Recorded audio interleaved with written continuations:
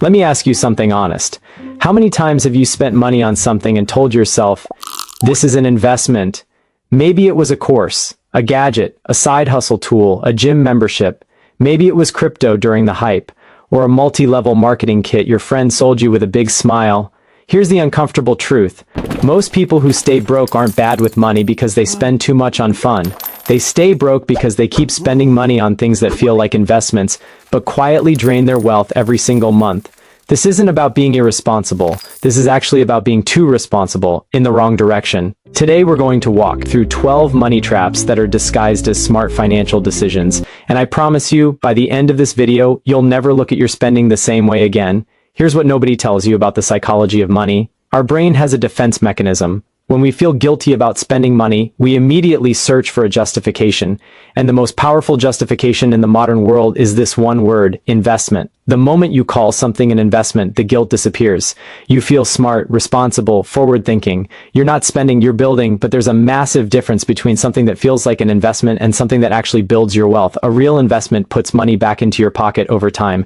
A fake investment just makes you feel good about the money leaving it. Let's go through all 12 one by one. Trap number 1, the course collection. Online courses are the single biggest psychological money trap of the modern era. Why? Because buying a course triggers the same feeling in your brain as completing a course. You buy it, you feel smarter instantly, and then it sits in your bookmarks forever. People buy 5 courses, finish 0, and call themselves investors in self-development. But information you never use is just entertainment with a productivity costume on. A real course investment only works if you finish it, apply it, and it generates a measurable return. Otherwise, it's just an expensive YouTube video. Trap number 2, the luxury car. This one hurts because society has completely reversed the narrative on cars. Everywhere you look, social media, rap music, motivational content, a nice car is sold as a symbol of success. So people buy it thinking it signals wealth. But here's what's actually happening under the hood. The moment you drive a new car off the lot, it loses around 15 to 20% of its value. By year 5, it's worth roughly half of what you paid. Meanwhile, you're paying insurance, maintenance, fuel, and loan interest. A car is not an asset, it's an expense wearing a very attractive disguise. Trap number 3, the hype coin. Every few years, a new cryptocurrency appears with a funny name, a passionate community, and promises of 1000x returns. And people pour in real money chasing digital gold. Some make it, most don't. Speculating on hype-driven coins isn't investing, it's gambling with extra steps. Real investing is boring, it's consistent, it doesn't need a celebrity to tweet about it at 2 a.m. Trap number 4, the MLM starter kit. Someone you trust tells you about an incredible opportunity. You just need to buy a starter kit, build your network, and the income is passive. The reality, over 99% of MLM participants lose money. The product isn't the business. You are the product, and your social relationships are the inventory. Trap number 5, the timeshare. Timeshares are sold in resort presentations with free dinners and champagne for a reason.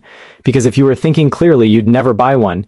You pay a large upfront fee, annual maintenance fees, and you get the right to vacation in a specific place at a specific time. You can barely resell them. Some people pay companies just to take them off their hands.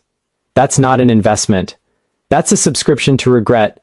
Trap number 6, the expensive degree you never use. Education is valuable. But a $40,000 degree in a field with no job market, taken without a plan, funded entirely by debt, that's not an investment in your future. That's a liability with a diploma frame. The question you should ask before any education spending is simple: what is the likely financial return on this within 5 years? Trap number 7, the business you never start. People spend thousands on logos, websites, business cards, legal registrations, and software subscriptions before making a single sale. The business feels real because the spending feels real. But a business with no customers isn't a business. It's an expensive hobby. The real investment in a business is time and action, not tools and branding. Trap number 8, the rental property with no numbers. Real estate investing sounds powerful, and it can be. But buying a property just because real estate always goes up without running the actual numbers is how people end up with a money pit. Maintenance, property tax, vacancy periods, problem tenants. These things eat your returns fast. Not every property is a cash flow machine. Some are just expensive headaches. Trap number 9, the gym membership you never use. Here's one that hits close to home. The average gym membership costs around $50 a month.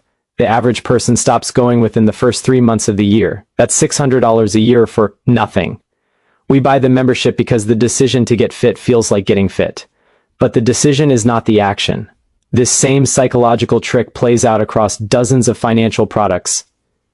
Trap number 10, the trading app addiction. Day trading feels productive. You're watching charts, making moves, learning the market. But study after study shows that over 80% of active retail traders lose money over time. The app is designed to keep you engaged. Notifications, streaks, easy one-tap trades. Meanwhile, a simple index fund strategy consistently outperforms most professional fund managers over a decade. The exciting option is rarely the profitable one. Trap number 11, the seminar circuit. Wealth seminars that cost anywhere from $500 to $5,000 are everywhere. They bring in speakers who are masters at selling hope. The room is electric, everyone's motivated. And then you get home and the only person who got rich was the speaker. Real financial education doesn't require a stadium and pyrotechnics. It requires consistency, discipline, and a library card. Trap number 12, the lifestyle inflation upgrade. This one is the sneakiest of all. You get a raise, you upgrade your apartment, your car, your wardrobe, your vacations, you're rewarding yourself, you've earned it. But what you've actually done is raise your financial floor without raising your financial ceiling. Your expenses rise to match your income, and you end up with a more expensive life but the same amount of savings. Lifestyle inflation is the silent killer of wealth. Here's the pattern you've probably noticed across all 12 traps. They all feel like progress. They all involve spending money with intention, and they all carry the emotional satisfaction of doing something smart with your finances. This is what psychologists call productive procrastination. You're doing something that feels like work, but it keeps you from doing the actual work of building wealth. Real investing is usually boring. It doesn't spike your dopamine. It doesn't give you a story to tell at dinner. Putting $300 a month into an index fund doesn't feel as exciting as buying a crypto coin that's about to explode. But in 10 years, one of those two decisions has historically made people wealthy, and the other has made people regret. The wealthy don't avoid all of these traps because they're smarter. They avoid them because they've learned to separate the feeling of investing from the math of investing. So what do you actually do with this? Before you spend money on anything that you're calling an investment, ask yourself 3 questions.